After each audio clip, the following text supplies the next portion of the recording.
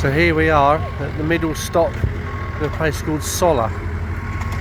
So this looks like the old train depot where they do all the trams and the trains. Don't know if I'm allowed over here or not.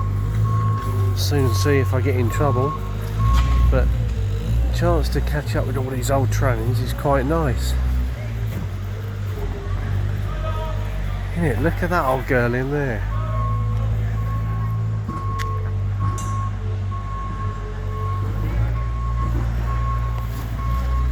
Wow. Look at that old thing.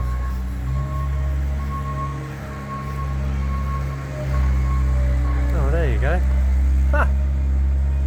That's pretty awesome. That's one for you, David. Wow, what an unexpected trip. They say good things happen, but yeah, look at these. Pretty awesome. I mean, look where we are.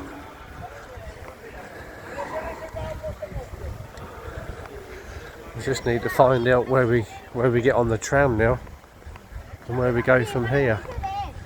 Pretty good, huh? Yeah. Where do we get the tram? I don't know, we need to go and find out. Let's go and see Mr. Tram Man.